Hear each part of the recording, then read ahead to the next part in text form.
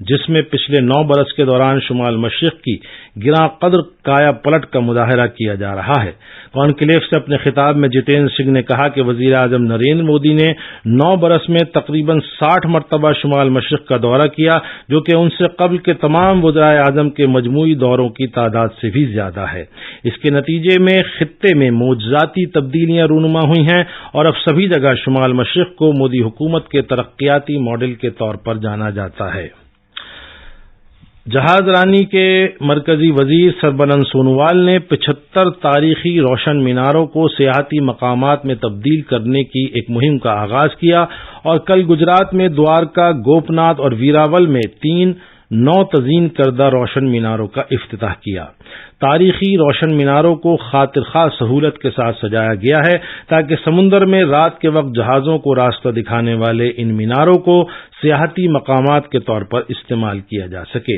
اس موقع پر خطاب کرتے ہوئے جناب سونووال نے کہا کہ یہ اقدام وزیر اعظم نریندر مودی کے اس پیش بینی پر مبنی انداز نظر کے مطابق ہے جس میں وہ بھارت کے امتیازی روشن میناروں کو پرکشش سیاحتی مقامات میں تبدیل کرنا چاہتے ہیں۔ ماحولیات اور جنگلات اور آب و ہوا کی تبدیلی اور لیبر اور روزگار کے مرکزی وزیر بھوپیندر یادو نے کہا ہے کہ ہمیں فطرت اور اس کے تمام عطیات کے تحفظ کے لیے ہر ممکن کوشش کرنی چاہیے۔ وزیر موصوف نے کولکاتہ میں کل مشن لائف پر خصوصی توجہ کے ساتھ بھارت کے 108ویں زولوجیکل سروے کی 3 روزہ تقریبات کا افتتاح کیا۔ ماحولیات، جنگلات اور آب و ہوا کی تبدیلی کے مرکزی وزیر مملکت جناب اشونی کمار چوبے بھی اس تقریب میں موجود تھے۔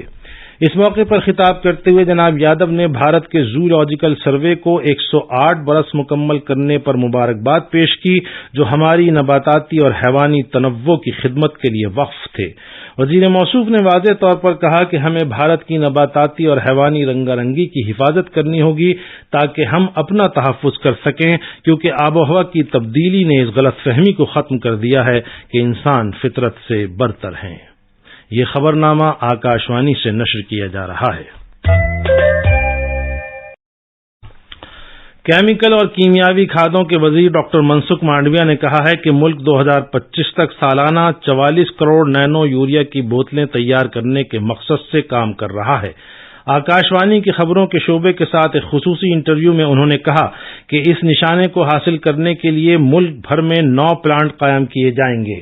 نینو یوریا بھارت کی کمپنیوں نے اس کا مینوفیکچرنگ کیا ہے، ریسرچ کیا ہے۔ آج 17 کروڑ